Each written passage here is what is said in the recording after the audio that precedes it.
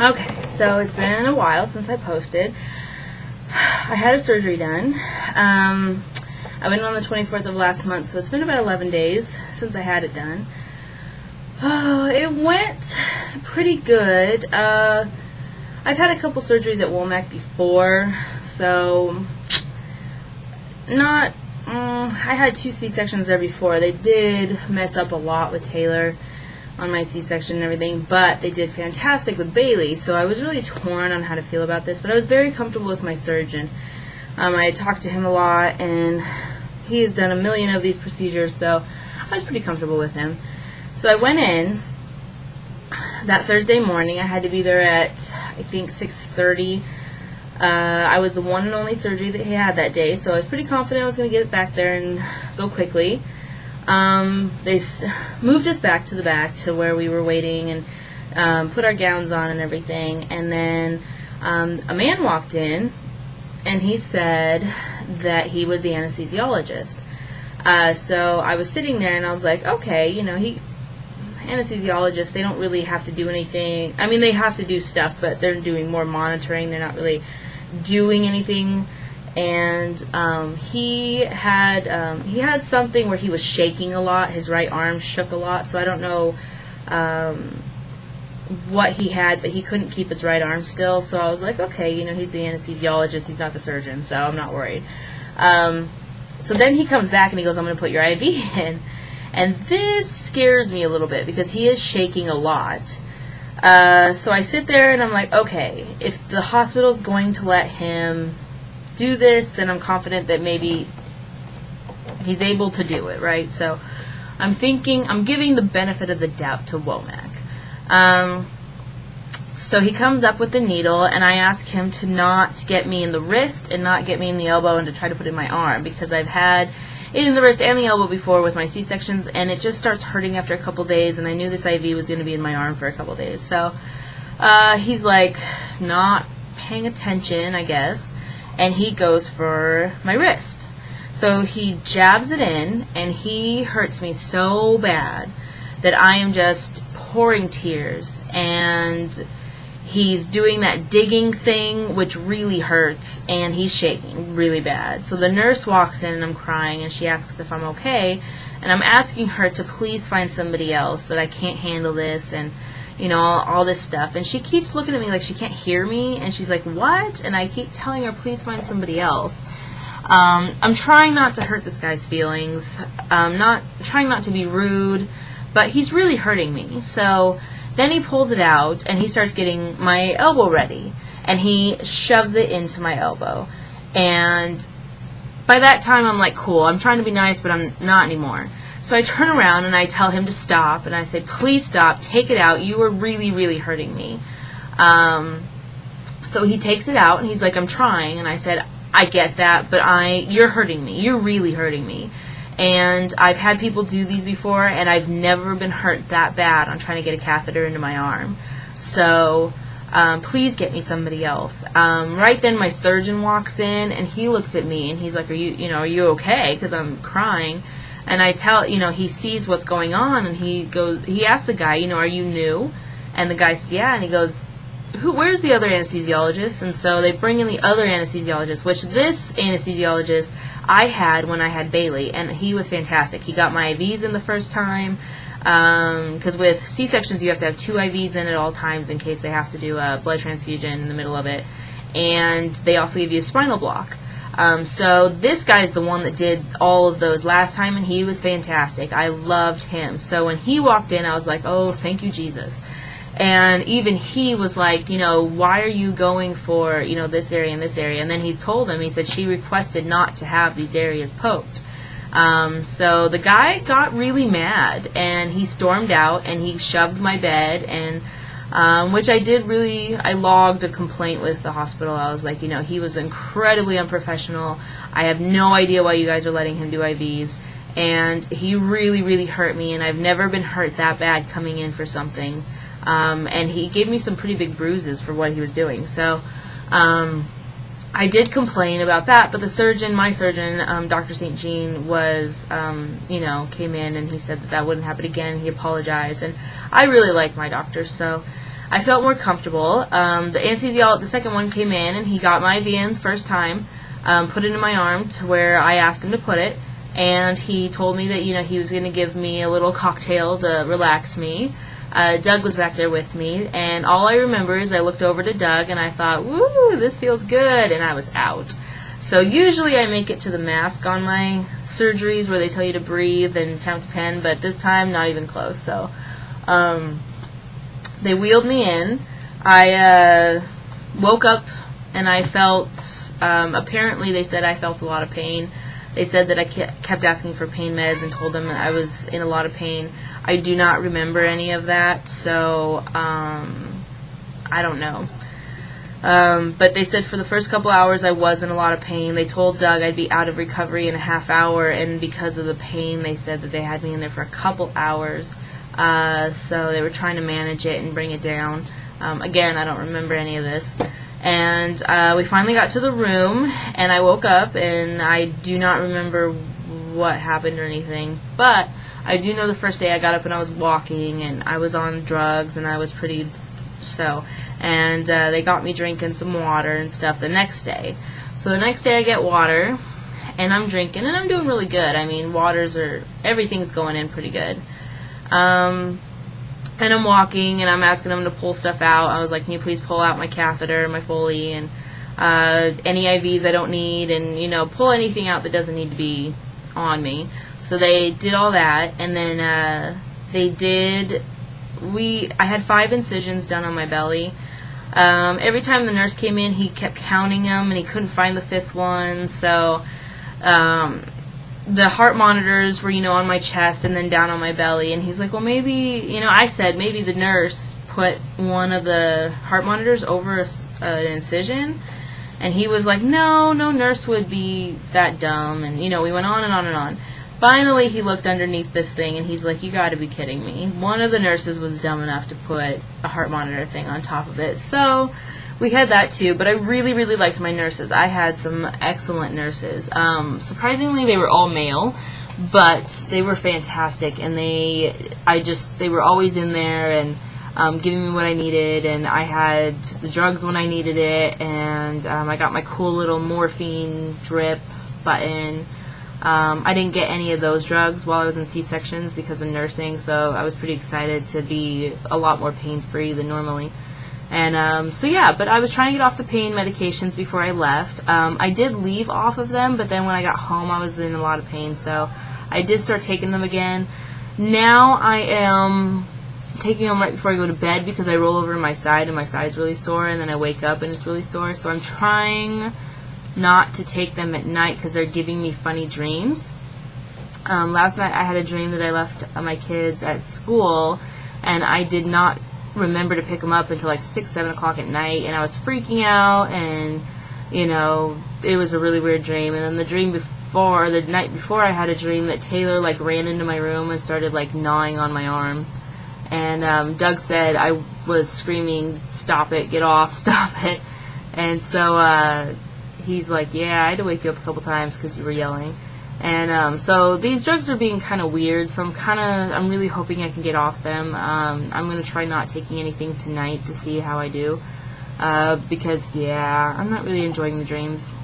So, but yeah, I've been on a liquid diet. It has been interesting, but I have lost almost 11 pounds just from surgery, so I'm 41 pounds right now, and that I have lost since I started all this, and I don't have that much further to go, so I'm really excited.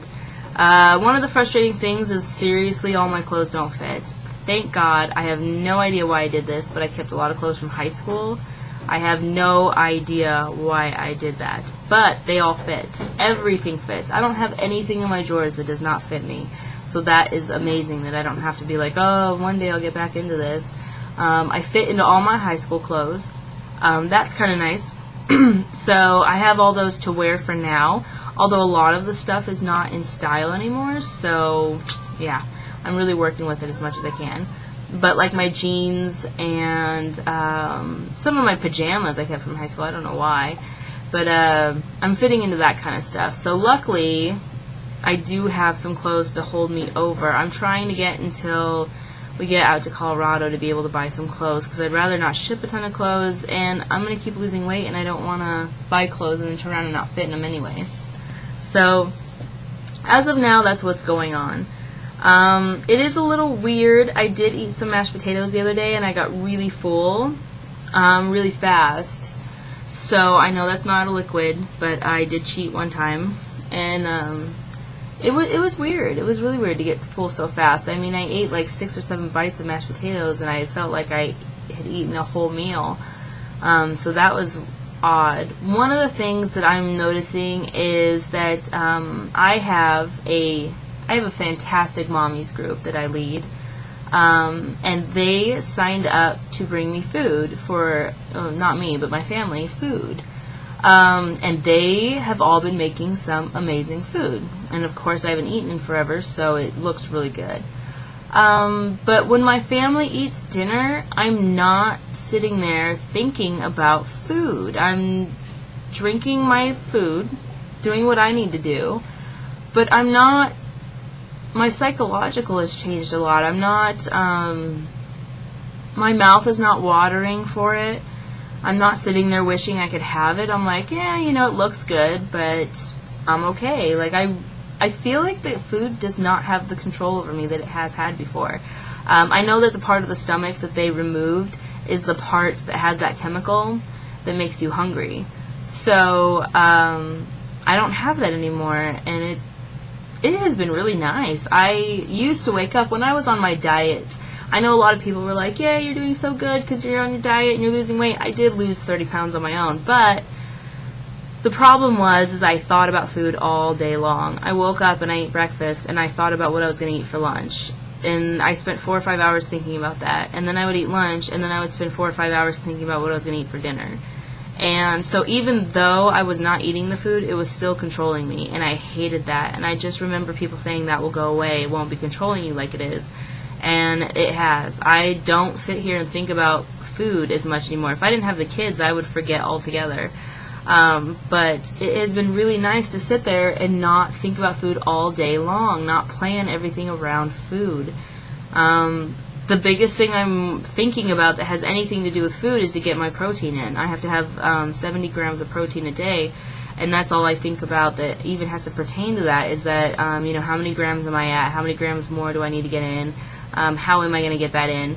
And a lot of it is like protein shakes and stuff, so it's not like I'm sitting there thinking about food. That has been the best thing, I think, is it's just not controlling me like it was. I have started working out. I gave myself a week, and I started working out so that I can get my muscles toned and stuff, because I noticed that my arms have a lot of skin, and I'm losing a ton of weight in my legs and my arms and my butt, thankfully.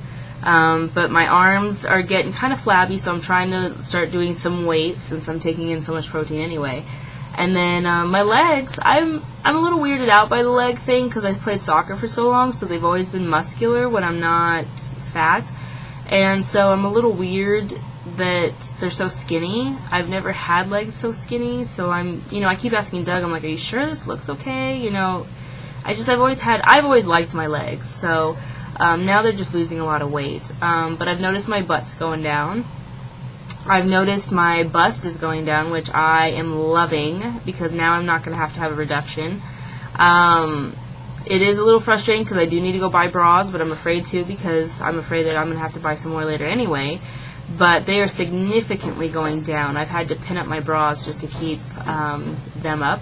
So that to me has been great. I've been able to wear shirts that I've never been able to wear before, and I'm not showing as much cleavage just because it's not there anymore. I remember I used to wear these shirts and I had to wear a tank top underneath them just because of how much cleavage I would be showing, and now that I'm losing so much weight in my chest, I don't show it, and so it's kind of nice to be able to wear a lot of the clothes that I wasn't able to wear before just because of that. But yeah, there's little things that are annoying me. We went out to dinner the other night, and I really wish I could have eaten a little more, but it didn't bother me as bad as it would have if I was on a diet without this.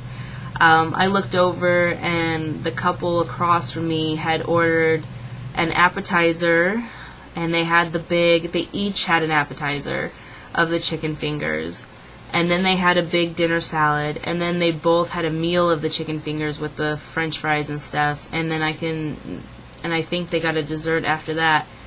And I just remember thinking, I'm so glad I'm not there anymore. I'm really, really happy that I don't have to do that. And I remember doing that. I remember ordering an appetizer, getting the salad, getting a full meal, and then getting dessert, and being able to eat it all.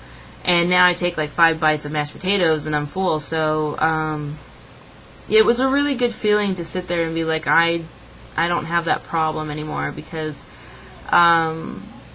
obviously I don't want to judge or anything, but they were having a hard time fitting in that booth, and I felt really sorry, because I knew where they were, and I knew how bad it felt to be in that place, and I was really, really happy that I was not in that place anymore. And it's so hard, because you want to share your good news with everybody. You want to be like, oh my gosh, this can be fixed, but you can't really just go up to everybody that you see and be like, ah! So,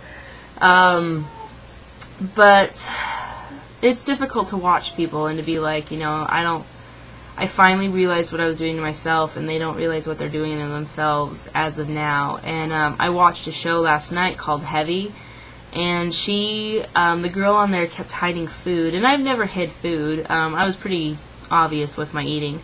But she kept hiding food, and people kept saying she had a problem, and she was like, no, I don't have a problem, I just, you keep judging me whenever I eat in front of you. And I think she weighed in at over 300 pounds, and I just remember looking at her and being like, gosh, that was so me. I was so in denial, just telling myself that it wasn't that bad. And I had a lot of people that were like, oh, you don't look like you weigh that much, and I was like, oh, well, if I don't look like I weigh that much, then I'm fine.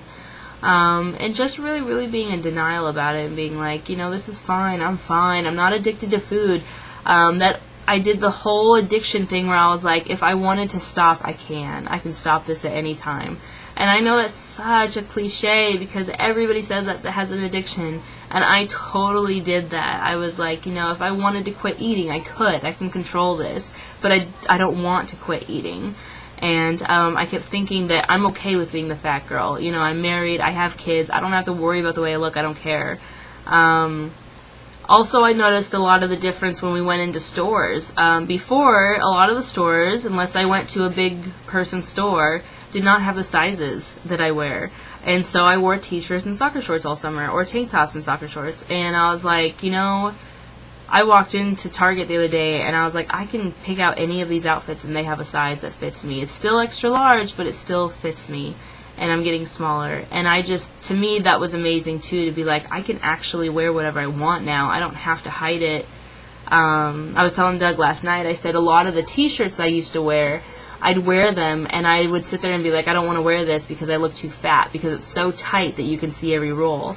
And I didn't want to wear it. And now I put the same clothes on, and I sat there in front of the mirror yesterday, and Doug's like, what's wrong? And I said, I can't wear this. It's not tight enough. It's too baggy, and it makes me look fat. And I was like, and I need it a little tighter so it shows that I'm, a little skinnier than I am. I don't want it skin tight, but I wanted it to fit. And I said, I just think that's so funny that I went from one extreme, and now I'm starting towards the other extreme and thinking that things aren't fitted enough. But I'm really excited, because I want to lose this weight. I want to get this done. I got my jogging stroller the other day, so I will be able to start running. I started lifting weights. I'm getting rid of clothes when they get too big, so I not even going back.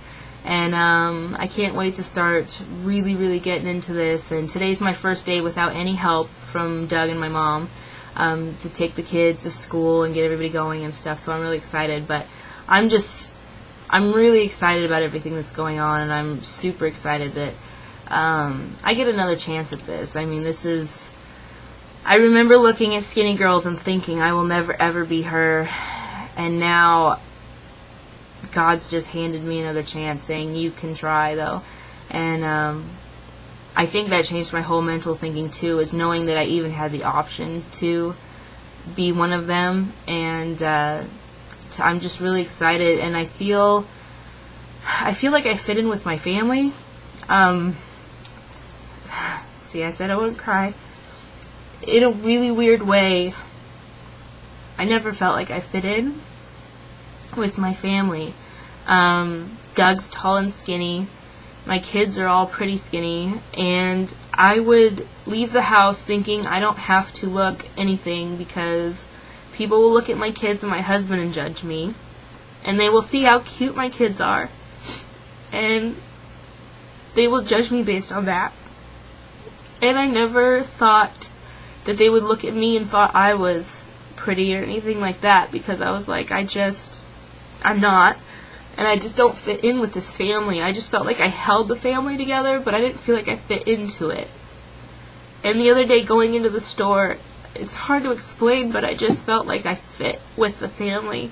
I felt like I was meant to be with Doug, and to be with him, and walk with him, and not behind him. And I felt like I was worthy enough to be with my kids. And I know that sounds horrible, and I didn't even feel that way until we went out the other day. I never realized that I even felt like I was in the background, but I felt like I was the one holding them together, but behind all of them, because I didn't want people to see me. And now I feel like I'm up front with them, and I feel like I fit in.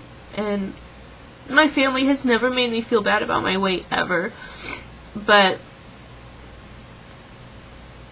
it was pretty amazing to be able to feel like I belonged with everybody and that I looked like them. I wasn't the fat one.